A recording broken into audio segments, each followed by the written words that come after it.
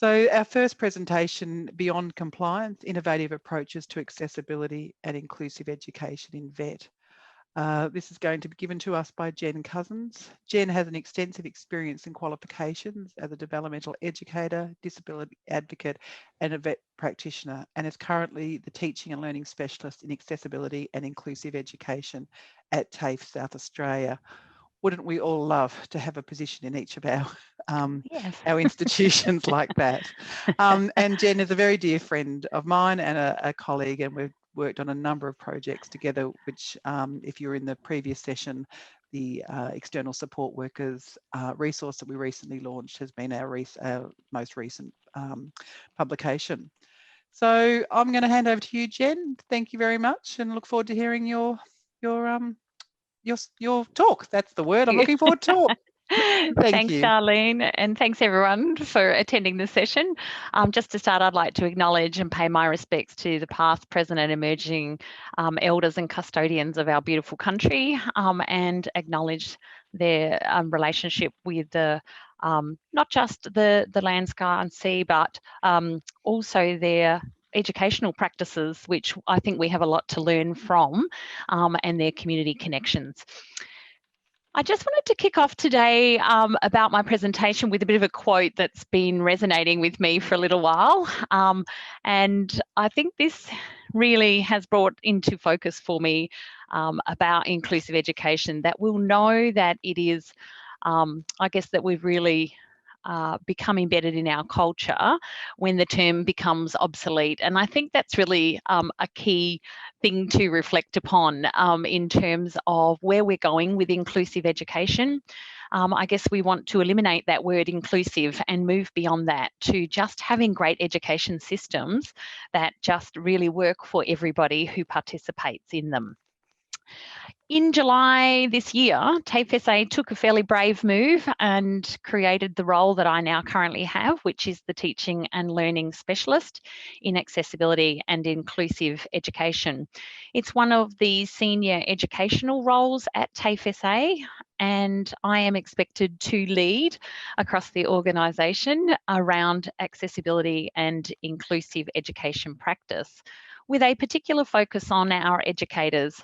This is a fairly unique role, something, as Darlene said, we wish we probably had them in all of our organisations.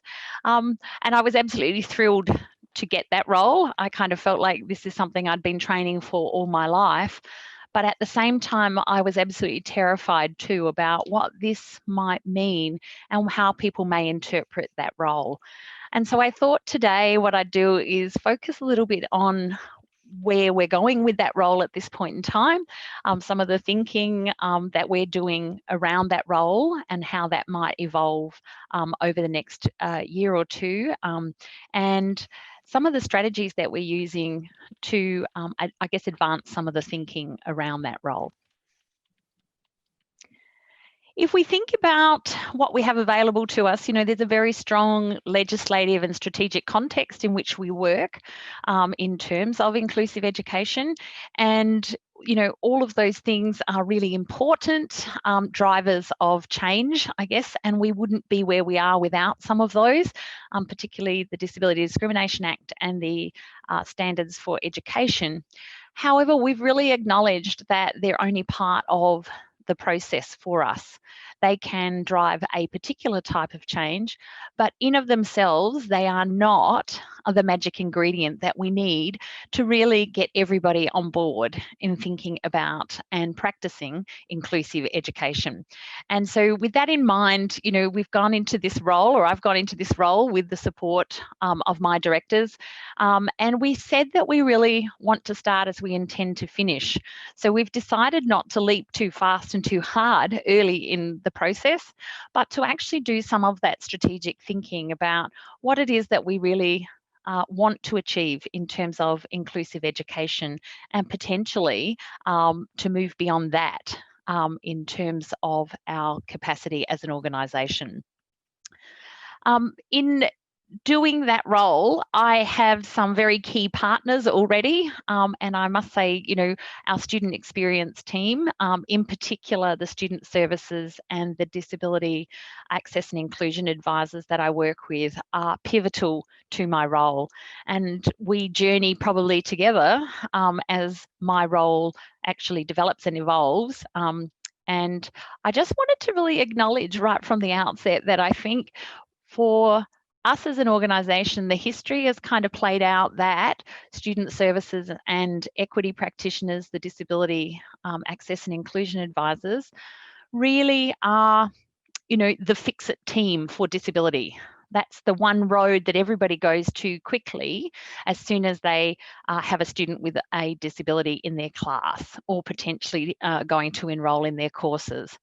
And really, when we think about it, most organisations like ours, these teams are very small in size, in number of people and resources, but they're huge on passion and workload. And it's really not a sustainable model for us to continue to just say that they will fix everything for us. When we have, you know, well, certainly at TAFE SA, we have nearly 2,000 educators and we have 2 access and inclusion advisors. And so we need to tip that balance. And that's really where my role comes in, is how do we enable and empower the educators to be more responsive to those responsibilities around inclusive education? And how do they have their interface, I guess, with those other supports and services that work around the particular needs of a student with a disability? And so we've been really thinking about how important that is, and really need to emphasise that as educators, we can't do our role without the disability practitioners or the equity practitioners that we work with. And they, I guess, can't do their work effectively supporting the students unless educators are going to be responsive to those needs of those students that have been identified and have the capability to respond effectively. In terms of wondering about where we might begin with this journey, one of the key things we've identified is that the student voice and experience should really be critical in informing any of the practices or the strategies or the innovation that we choose to roll out going forward. And for us, you know, our disability practitioners and our equity practitioners are, you know, a wonderful conduit for us around what's already been experienced, what have been the challenges, but they're also going to work in partnership with us to, you know, bring that voice into the discussions sort of loud and clear. And we're looking at developing, you know, opportunities for our students to provide direct feedback to us in terms of their experience. And I think that's going to be an amazing sort of driving force, and really will help us bring into focus, you know, really where are the key areas in which we struggle to kind of create that change, that cultural change shift that we want across the organisation. I think most of the time when we hear the stories of the students is when we start to realise, you know, like, wow, you know, that's my practice as an educator that's doing that. And when I talk to the disability practitioners and the equity practitioners at our organisation, they said, well, you know, we've been saying this for a very, very long time, but they're not being heard by the educators. And so we're really hoping that joining forces will be one of the key ways that we're able to do that. We also recognise that we're all using different language around inclusive education, that we're using different terminologies, we have different meanings and understandings for each of those terms. We're using different frameworks to explain those terms and concepts, and perhaps potentially the changes we want to see. So we know we have quite a bit of work to do around, you know, identifying what we actually mean when we use certain terminology around these things. And when we're talking about inclusive education, we're really wanting our organisation to look at that more broadly, not just someone who has an identified disability who wants an access plan, but looking at how do we take a far more holistic or universal approach to inclusive education. The other key question we need to start with is whose job is it anyway? we're really starting to form some very clear guidelines, I guess, that it's everybody's responsibility. A student experience is, from sort of end to end of their student journey. And that means from every touch point that they have with our organisation, they need to be thinking about, what is the experience for the student with a disability or with particular needs. And if we can actually plan for that much better and stay very connected with each other, we're going to, I guess, step away from our access and inclusion advisors and student services team being that one-stop shop or the fix-it team of disability and inclusion. It's really all of our responsibilities.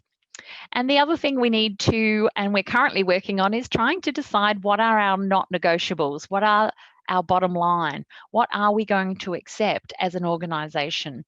And I think this is a really critical question to ask ourselves, because I often have conversations with various people in our organisation and say, oh, well, that's just going to be too hard. Oh, we haven't got the resources to make that happen. If you're going to push these people, they may do it, but it's going to be a really difficult task.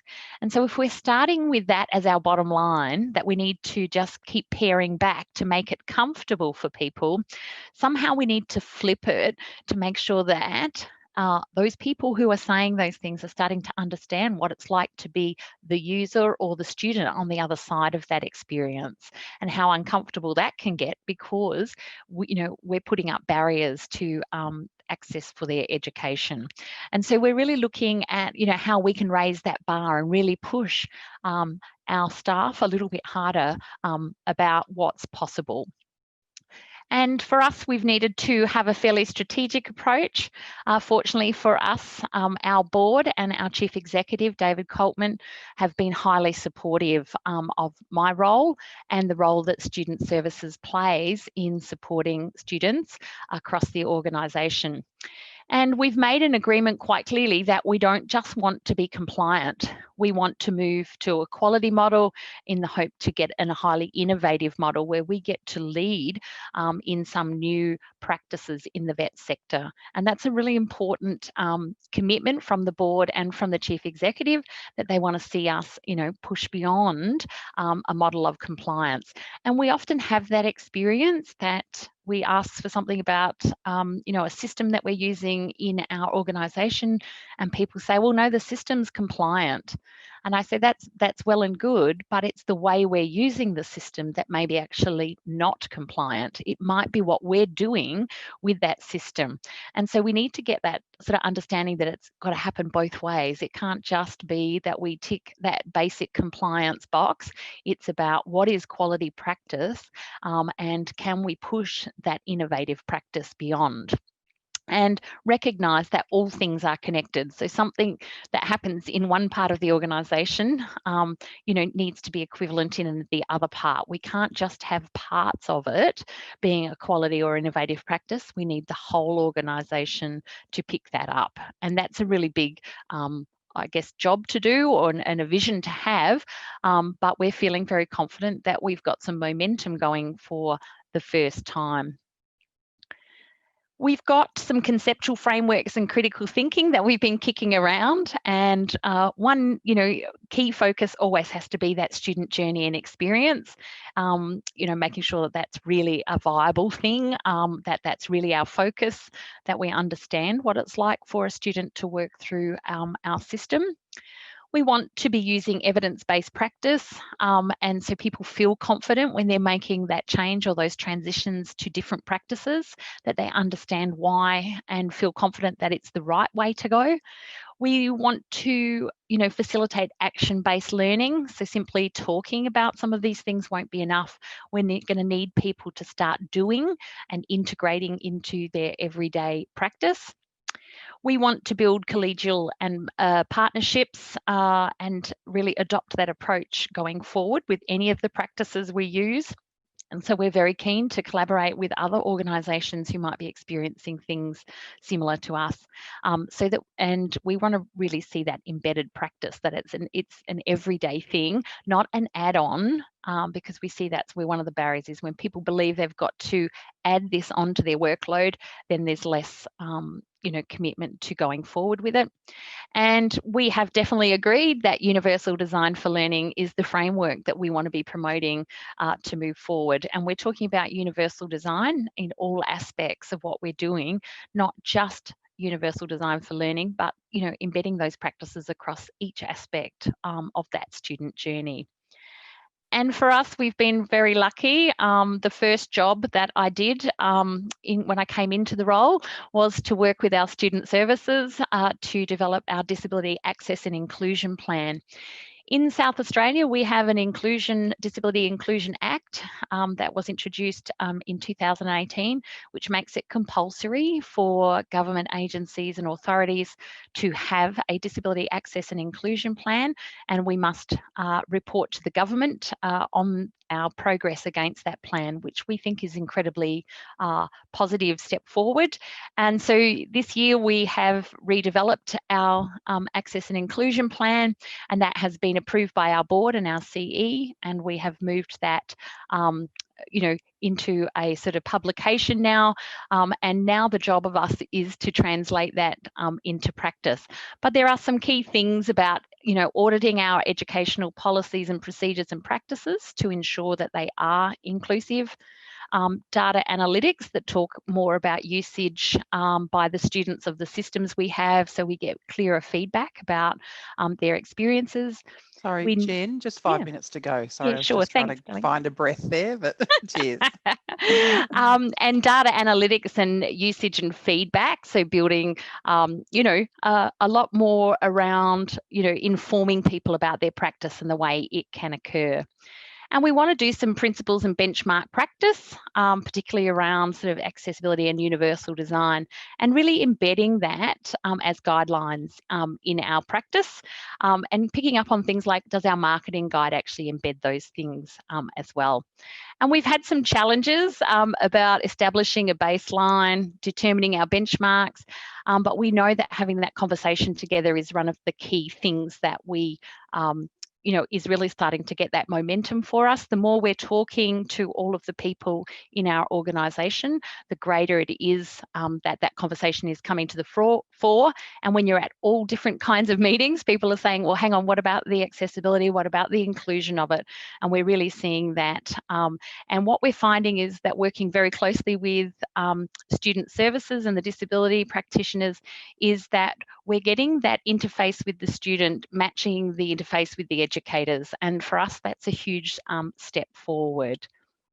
We also recognise that it's got to intersect across every aspect of the organisation. We can't just have one above the other. So we need to actually work with everybody, right down to procurement of resources and assets that we have, and ensuring that they support our vision for inclusion. And really the key one is around the educator capability. That's my role, to really look at the professional learning. While we've already started quite a few things, there's a long way for us to go in terms of building that. But to date, particularly in this last 6 months, we've had fantastic uptake of any sessions we've done around accessibility tools, learning tools, or professional learning that we're offering our educators. And we have mandated a lot of access and inclusion training now as part of our educator capability framework. And so, for us, what's our action list for next year? Well, we're really thinking about, having some action-based universal design for learning projects. We've invested in Ally as the new plugin for our LMS, which we haven't had before, which we hope will be a big step forward. We have developed a new procurement strategy that has access and inclusion aspects to it, which is fantastic. But we're also really hoping to have some partnerships across the country where we can share and develop a community of practice, particularly around universal design for learning in the vet sector, which is quite different. And in talking with our equity services people, one thing that they really want to be a part of that process, so that when the conversations are happening between educators, students, and those services and support services, that we're all actually sharing the same information. We're all on the same page in terms of progressing that. We are really new into this role, and it is a unique role, and I'm really hoping that in a year's time, that I've got a lot more to share about what can, what we've been doing and how we've been achieving that. But I'm really, very hopeful that this is going to, evolve and innovate into something quite big for us as an organisation that we'd love to share with others. So thank you very much for listening. Wow, thanks, Jen. That's great. It's fantastic to hear, a little bit more about what you're doing. I'll just ask Kathy to share her slides now, if that's okay. Yeah. So the key points I found, just that it is everybody's responsibility. And I think, for us in the sector, that's kind of, what we dream of. And it's fantastic that that's the first thing that you're leading with. And also that the executives have played such a pivotal role in making sure this is happening.